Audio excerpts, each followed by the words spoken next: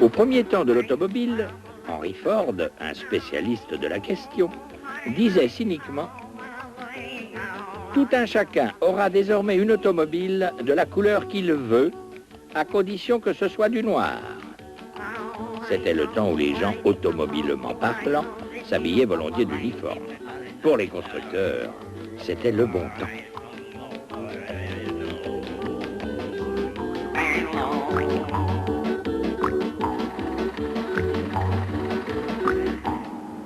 Mais les temps, justement, ont changé. L'homo automobilus peut, dans un même modèle d'auto, choisir entre 12 couleurs, 3 types de caisses, 6 moteurs, 5 finitions intérieures, sans parler des options, direction assistée ou non, vitres teintées, boîte automatique ou non, siège éjectable ou non. Que sais-je encore? On peut faire le calcul. Cela donne 207 364 combinaisons possibles pour un même modèle. Du stade de l'uniforme automobile, on est passé à celui du quasi-sur-mesure. Et le temps n'est peut-être pas loin où l'on taillera la carrosserie aux mesures du client pour que ça ne le gêne pas sous les bras. Diversité, quasi-sur-mesure, telle est la nouvelle loi du marché. Oui, mais le constructeur ne va pas constituer des stocks de chacune des 207 364 combinaisons d'un même modèle. Ce serait folie. D'un autre côté, dans l'état actuel du système de production, si toutes les pièces qui vont composer la voiture de monsieur le client n'étaient mises en production qu'au moment de la commande, il se passerait un délai de 2 mois entre l'arrivée des matières premières et le moment où le véhicule sort de l'usine.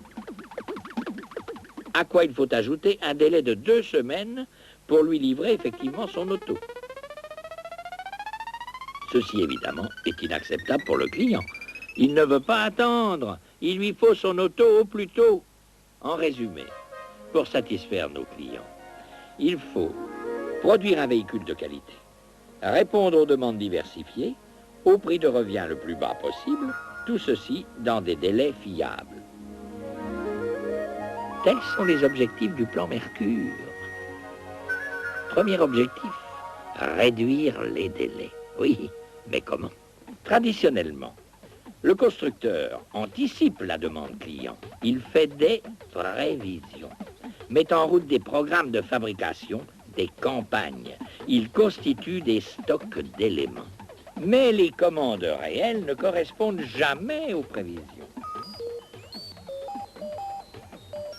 Si on prend en compte toutes les variantes possibles, caisse, moteur, finition, couleur, etc., on s'aperçoit qu'on n'a pratiquement aucune chance de résoudre le problème des délais par la méthode traditionnelle des prévisions et des stocks.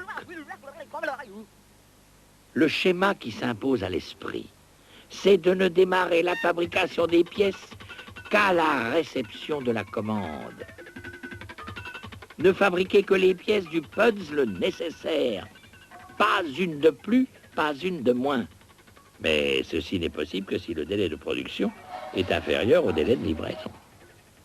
C'est-à-dire qu'en ce qui nous concerne, il devrait passer de 2 mois à moins de 2 semaines. Est-ce une utopie? Certains de nos concurrents en sont déjà là. Réduire les délais de production de 2 mois à 2 semaines, certains répondront « Il suffit de faire tourner les machines 4 fois plus vite ».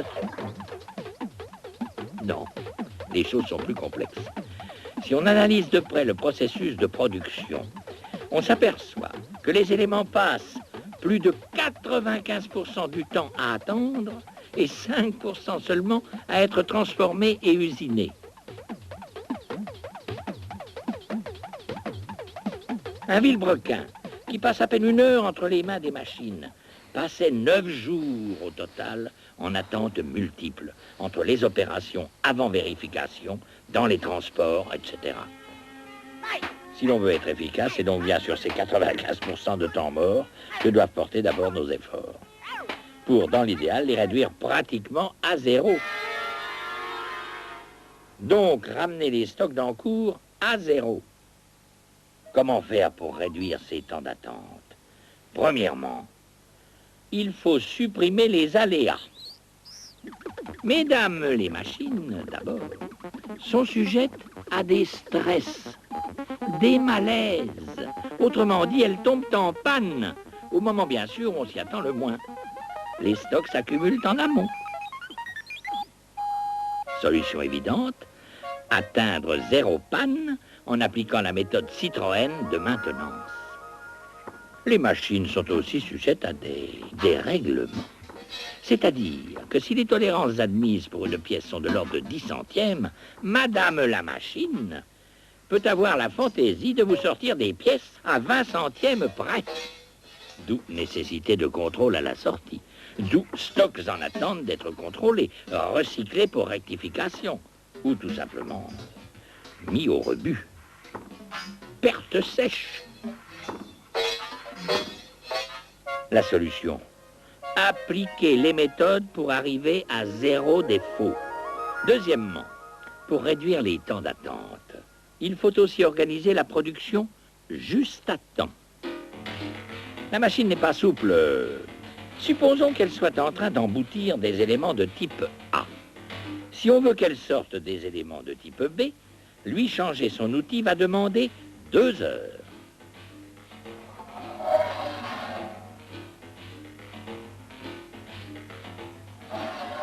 Pour amortir localement le temps d'arrêt, les mathématiciens calculent, grâce à une courbe très élégante, le nombre optimum d'éléments B à sortir, ceci sans trop se préoccuper de savoir si l'aval en a l'utilisation immédiate. C'est le phénomène des campagnes, dit aussi des lots économiques, localement économiques, d'où nouveaux stocks en attente et coûts supplémentaires. Il faut donc raccourcir le temps de changement de campagne. Solution? La méthode SMED. Mesdames les machines ne travaillent pas au même rythme. Et là, il n'est pas nécessaire d'être grand clair pour comprendre que les stocks vont encore s'accumuler. Et paradoxalement, c'est la machine la plus performante qui exigera le plus de stock amont, tout en générant le plus de stock aval. La solution ici, c'est la synchronisation des moyens. Enfin, les machines sont regroupées par famille. Comme elles n'ont pas le bras assez long pour passer les pièces à la famille qui suit, elles déversent leur production dans divers types de réceptacles à roulettes, bacs, camions, etc., qui toujours, pour des raisons de rentabilité fragmentaire, vont attendre d'être pleins pour s'émouvoir. Encore des stocks, encore de mauvais points pour le prix de revient de fabrication. Solution: implanter les machines en suivant le processus de production. On peut donc réduire les délais en supprimant les aléas et en organisant la production juste à temps. Ce ne sont plus les machines qui commandent, c'est l'aval, la demande, qui de proche en proche, grâce à la circulation des cartes Kanban, détermine les niveaux de production des éléments du système, les flux, pour une efficacité économique de l'ensemble. L'aval tire l'amont. Solution, le système Kanban. Grâce à tout cela, nous avons réduit nos temps d'attente. Non pas en faisant travailler les machines plus vite, mais en les faisant travailler mieux.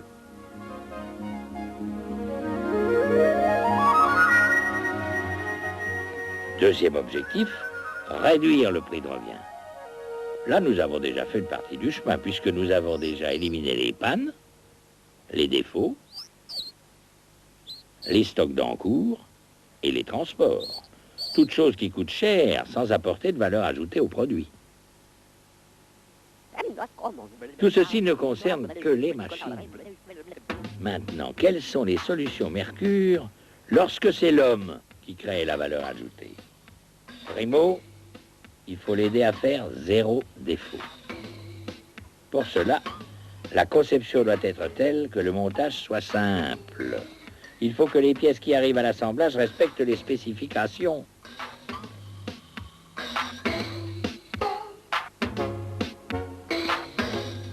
Enfin, il faut développer les systèmes anti-erreur.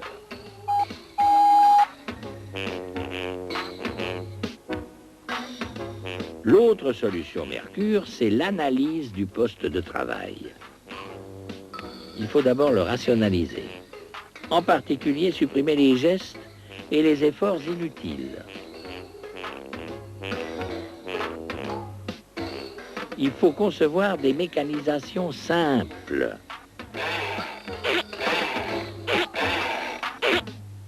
Enfin, prévoir des conditions de travail normalement confortables. Le système industriel du plan Mercure, c'est donc la suppression des aléas, c'est l'organisation juste à temps, c'est enfin l'amélioration du processus et l'amélioration des opérations. Le plan Mercure, c'est aussi une nouvelle organisation sociale à la hauteur de nos ambitions. Elle est indissociable du système industriel et indispensable à sa mise en œuvre. Mais ceci est une autre histoire.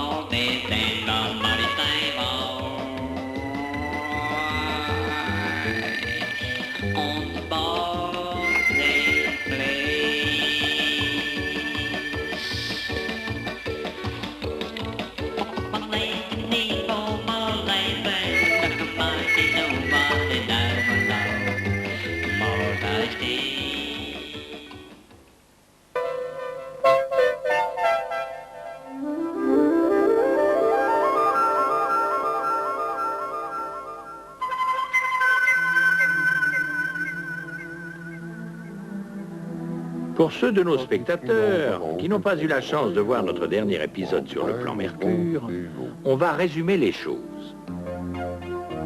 L'objectif du plan Mercure, c'est de nous permettre, tout en restant compétitifs, de répondre à la demande de plus en plus diversifiée du marché.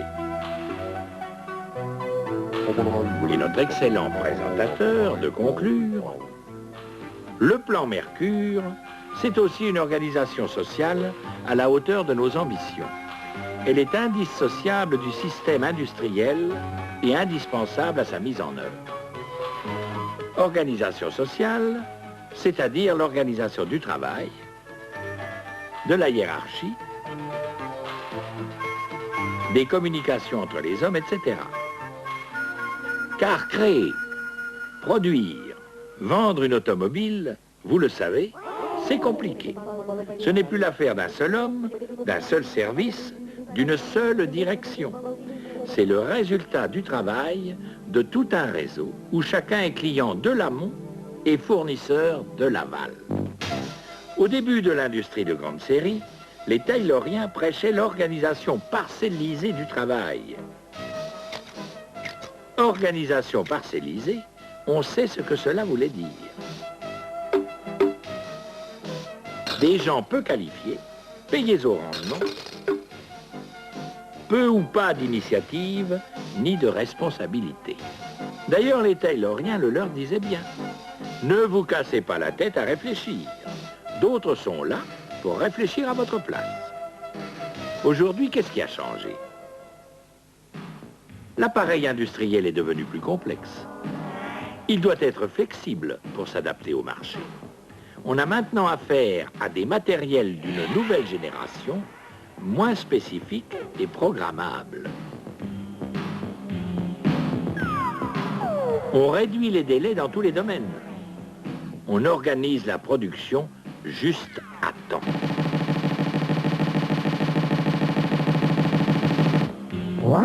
Il est certain que dans cet environnement susceptible de se modifier à tout moment, nos arrière-grands-pères seraient totalement perdus et inefficaces.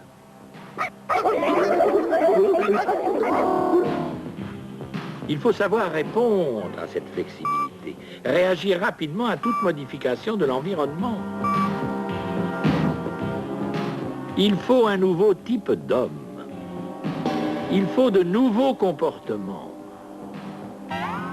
Réagir rapidement à une modification de l'environnement, cela suppose d'avoir une certaine autonomie pour être capable, grâce aux moyens dont on dispose, de faire les actions adaptées et qui répondent à l'intérêt général. Cela veut dire de ne pas avoir à demander au chef à tout moment pour la moindre bricole, c'est-à-dire plus d'initiative. Cela suppose de développer les compétences et de pouvoir mesurer les progrès accomplis.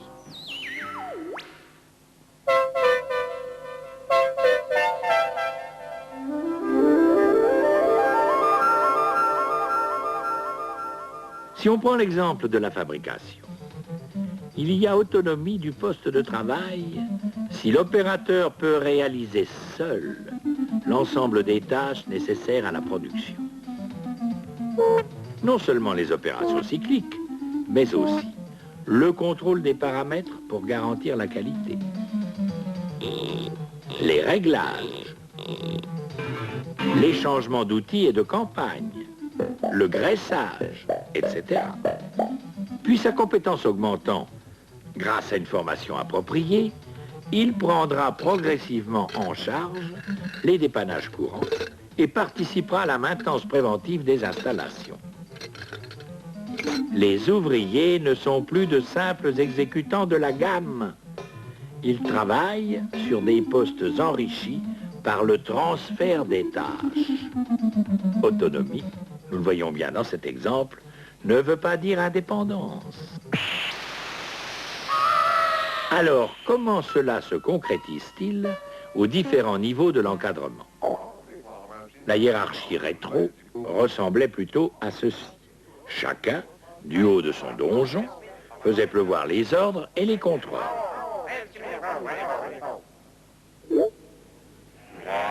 L'information était à sens unique. Dans la hiérarchie New Look, là aussi s'imposent de nouveaux comportements. L'autorité, en effet, ce n'est plus seulement une question de statut. C'est aussi et surtout la reconnaissance de sa compétence par ceux de son équipe. Plus que de commandement, c'est d'animation et de participation dont il s'agit maintenant.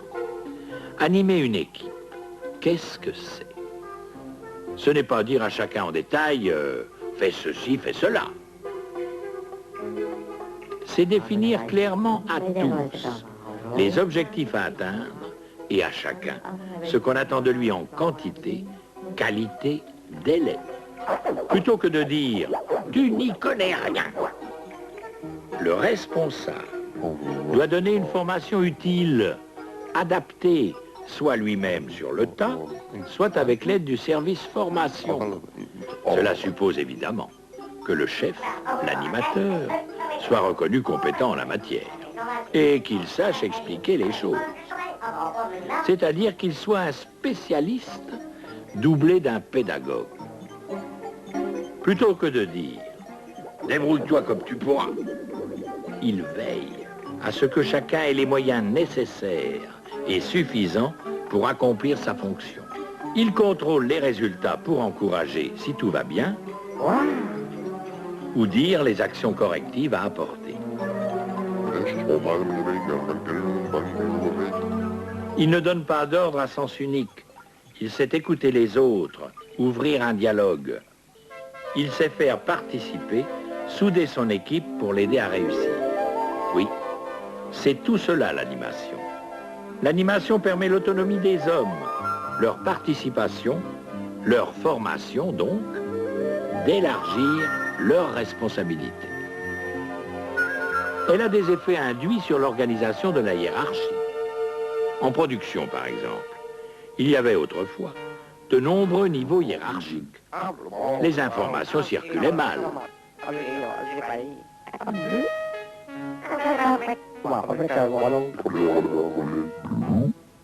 Aujourd'hui, il ne suffit plus que de 2 niveaux entre un chef de secteur et l'opérateur.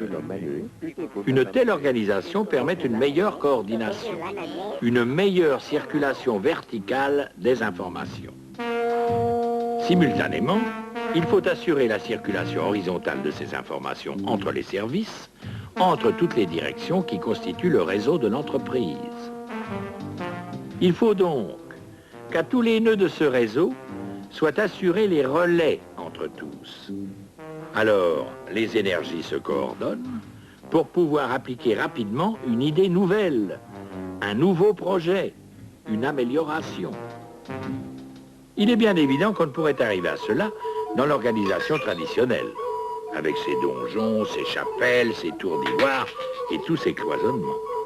Alors le maître mot ici, c'est décloisonner. Décloisonner, c'est connaître les problèmes de l'ensemble, ce qui suppose qu'au cours de leur carrière, les hommes passent par différents services, différentes directions. C'est la mobilité. On connaît mieux les autres, on est plus réceptif, d'esprit plus ouvert. Décloisonner, cela suppose aussi de travailler en petites équipes pluridisciplinaires, ayant une autonomie de décision. La créativité de l'ensemble étant supérieure, c'est bien connu, à la somme des créativités de chacun. Réaction et décision sont plus rapides. Bref, une meilleure efficacité. Ces petites équipes, on les appelle suivant les cas, groupe d'analyse de la valeur, revue de projet, cercle de qualité, etc. En production, on les appelle modules. Les techniciens de différents services se réunissent avec le fabricant. Le problème de l'équipe, c'est l'application du système industriel du plan Mercure. Question de qualité, de fiabilité, changement rapide d'outils, implantation, etc. Chacun, selon sa compétence, participe à la créativité du groupe, à la recherche des solutions, au progrès et résultats de l'ensemble, pour que chaque problème soit pris en charge par un responsable et un seul. Mobilité, travail de groupe, c'est cela qui fait tomber les cloisons entre les individus, les services et les directions. Alors encore une fois, nous allons demander à notre excellent présentateur de conclure. Ces nouveaux comportements, il est bien évident qu'ils doivent s'appliquer à tous les services, toutes les directions qui constituent ce réseau complexe qu'est l'entreprise. Sinon, le circuit est rompu. Responsabilisation des hommes, animation, décloisonnement. C'est cela, les nouveaux comportements. Ils créent les conditions nécessaires à un climat social favorable, indispensable à notre développement.